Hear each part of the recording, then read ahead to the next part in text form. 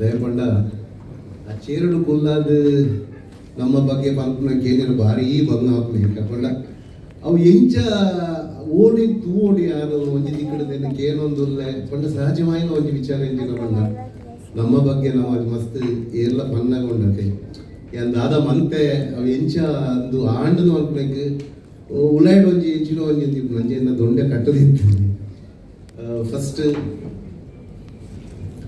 ಮೊದಲಿಗೆ ಈ ವೇದಿಕೆಯಲ್ಲಿರ್ತಕ್ಕಂಥ ಎಲ್ಲರಿಗೂ ನಮಸ್ಕಾರ. ನಾನು ಈ ಥರದ ಒಂದು ಎಲ್ಲರ ಮುಂದೆ ಅಭಿನಂದನೆ ಹೇಳೋದಕ್ಕೆ ನಾನು ಇಷ್ಟಪಡ್ತೀನಿ.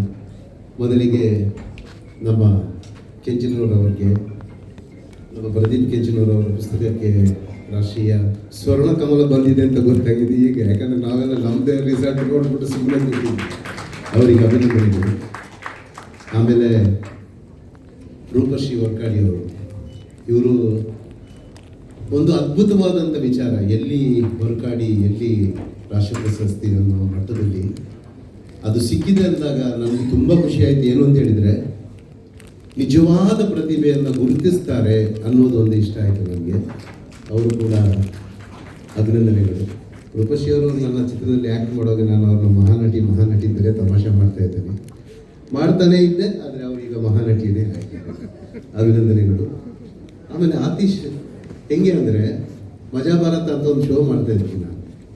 ಸೊ ನಮಗೆ ಎಲ್ಲೋ ಒಂದು ಕಡೆ ಅವನು ಒಂದು ಚಿಕ್ಕ ಹುಡುಗ ಆಗಿದ್ದ, ಮೋಸ್ಟ್ಲಿ 2ನೇ ಕ್ಲಾಸ್ ಏನೋ. ಸೊ ನನಗೆ ಅದೇ ಹುಡುಗ ಈ ಸಿನಿಮಾದಲ್ಲಿ ಬಾಲನಟನಾಗಿ ಅಭಿನಯಿಸಿದ್ದಾನೆ ಅಂತ ಗೊತ್ತಾಗಲಿಲ್ಲ.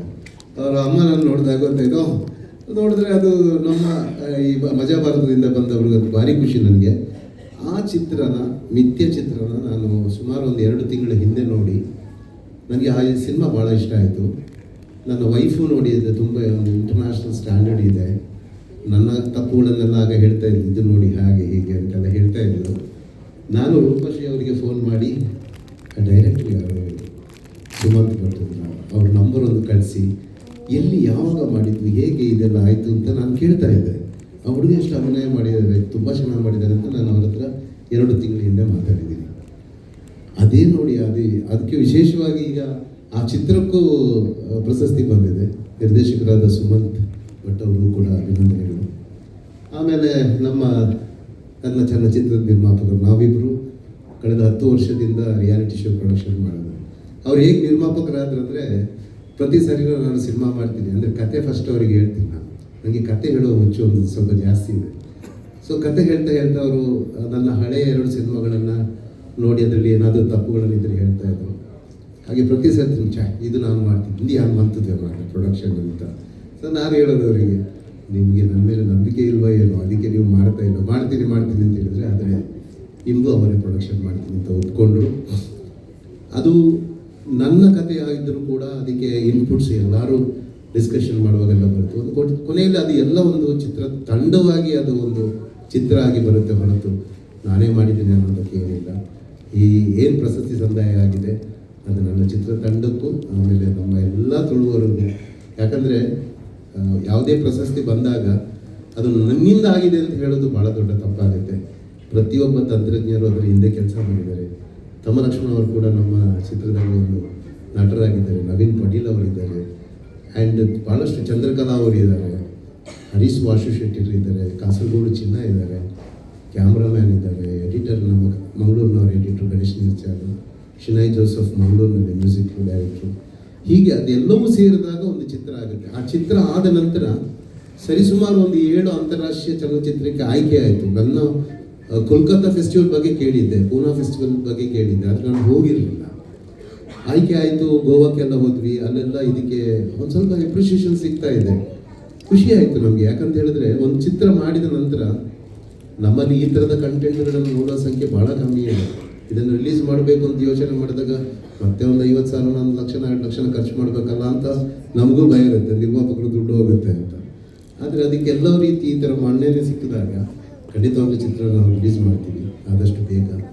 ಆ್ಯಂಡ್ ರೋಹನ್ ಕಾರ್ಪೊರೇಷನ್ ಅವರು ಮೊದಲಿಂದಲೂ ಕೂಡ ಅಷ್ಟೇ ಕಲಾವಿದರಿಗಾಗಲಿ ಚಿತ್ರರಂಗಕ್ಕಾಗಲಿ ಅವರು ಸಹಕಾರ ಇಟ್ಕೊಂಡು ಬಂದಿದ್ದಾರೆ. ಯಾಕಂದರೆ ಪರ್ಟಿಕ್ಯುಲರ್ ಯಾವುದೋ ಒಂದು ಅವಾರ್ಡ್ ಫಂಕ್ಷನ್ ಅವರು ರೆಡ್ FM ಐ ಬಿಲೀವ್ ಅದಕ್ಕೆ ಇವರೇ ಸ್ಪಾನ್ಸರ್ ಆಗಿದ್ದರು. ಆ ವರ್ಷ ನನಗೆ ಸುಮಾರು ಒಂದು 5 ಅವಾರ್ಡ್ ಬಂದಿತ್ತು. ಸೊ ಈ ಥರ ಒಬ್ಬರು ಏನು ತನ್ನದೇ ಅಲ್ಲದಿರುವ ಒಂದು ವ್ಯವಹಾರದಲ್ಲಿ ಅಂದರೆ ರಿಯಾಲಿಟಿ ಏನು ಬಿಸ್ನೆಸ್ಸಲ್ಲಿರೋ ಈ ಥರದ ರಿಯಾಲಿಟಿ ಇದರದ್ದು ಬಿಸ್ನೆಸ್ಸಲ್ಲಿ ಇರ್ಬೋದು, ಈ ಥರ ಕಲಾವಿದರನ್ನ ಕರೆಸಿ ಈ ಥರ ಒಂದು ಅಭಿನಂದನೆ ಮಾಡೋದು ಭಾಳ ನಮಗೆ ಖುಷಿ ಆಯಿತು. ಯಾಕಂದರೆ it's A very nice gesture sir. ಯಾಕೆ ಅಂದರೆ ನಾನು ನನ್ನ ಒಂದು ಉದ್ದೇಶ ಏನು ಅಂತ ಹೇಳಿದರೆ, ಈಗ ನಮಗೆ ಸನ್ಮಾನ ಆಗುತ್ತೆ, ಬಟ್ ಇದನ್ನು ನೋಡಿ ತುಂಬ ಜನ ಇನ್ಸ್ಪೈರ್ ಆಗ್ತಾರೆ. ಸೊ ನಿಜವಾಗ್ಲೂ ಹೇಳಬೇಕಂದ್ರೆ ಸುಮಂತ್ ಭಟ್ ಯಾರ ಹತ್ರ ಗೊತ್ತಿರಲಿಲ್ಲ. ಮೊನ್ನೆ ನಾನು ಮಾತಾಡಿ ಅವ್ರಿಗೆ ಕಂಗ್ರಾಟ್ಸ್ ಹೇಳಿದೆ. ಅವರು ಕೂಡ ಒಂದು ಒಳ್ಳೆ ನಿರ್ದೇಶಕರು, ಆ ಥರದ ಎಷ್ಟೋ ನಿರ್ದೇಶಕರಿದ್ದಾರೆ. ಆದರೆ ಒಂದು ರೂಟ್ ಅಂತ ಹೇಳ್ತೀವಲ್ಲ, ಸೊ ಆ ಥರ ಇದ್ದಾಗ ನಮ್ಗಳಿಗೆ ಎಲ್ಲ ಈ ಥರ ಸನ್ಮಾನ ಮಾಡಿದಾಗ ಅವರಿಗೆಲ್ಲ ಒಂದು ಖುಷಿ ಕೊಡುತ್ತೆ. ನಾನು ಈ ಥರ ಆಗಬೇಕು ಅನ್ನೋ ಆಸಕ್ತಿ ಇರುತ್ತೆ. ಅದೆಲ್ಲವೂ ತುಂಬ, ಯಾಕಂದರೆ ನಮ್ಮ ಕರ್ನಾಟಕದಲ್ಲಿ ಆಗಲಿ ನಮ್ಮ ಕರಾವಳಿಯಲ್ಲಾಗಲಿ ಒಳ್ಳೊಳ್ಳೆ ಕಂಟೆಂಟ್ಗಳಿದೆ. ಅದನ್ನು ನೋಡೋದು, ಅನುಭವಿಸೋದು, ಅದನ್ನು ಚಿತ್ರ ಮಾಡೋದಕ್ಕೆ ಇವರಿಗೆಲ್ಲ ಆಶಯ ಆಗಲಿ, ಅದರಲ್ಲಿ ದಾರಿ ಸಿಗಲಿ ಅಂತ ಕೇಳ್ತೀನಿ. ರೋಹನ್ ಕಾರ್ಪೊರೇಷನ್ ಮತ್ತು ನಾವು ಹೇಗೆ ಅಂತ ಹೇಳಿದರೆ, ನಮ್ಮದು ನಮ್ಮ ಫ್ರೆಂಡ್ ಸವಿಲ್ ಅಂತ ಒಬ್ಬರು ಇದ್ದಾರೆ, ಅವ್ರ ಜೊತೆಗೆ ನಾನು ಮಾತಾಡ್ತೀನಿ. ನಮ್ಮದೊಂದು ಬಿಸ್ನೆಸ್ ಅಂತ ಏನೋ ಒಂದು ಮಾಡ್ತಾ ಇರ್ತೀವಿ. ಹಾಗೆ ಎಲ್ಲ ನಿಮ್ಮ ಎಲ್ಲ ಏನು ಪ್ರಾಜೆಕ್ಟ್ಗಳು ಒಳ್ಳೆಯದಾಗಲಿ, ಜನರು ನಿಮಗೆ ಸಹಕಾರ ನೀಡಲಿ. ಇಂಬು ಸಿನಿಮಾದ ಬಗ್ಗೆ ಹೇಳಬೇಕು ಅಂದರೆ ಸದ್ಯದಲ್ಲೇ ರಿಲೀಸ್ ಮಾಡ್ತೀವಿ ನಾವು.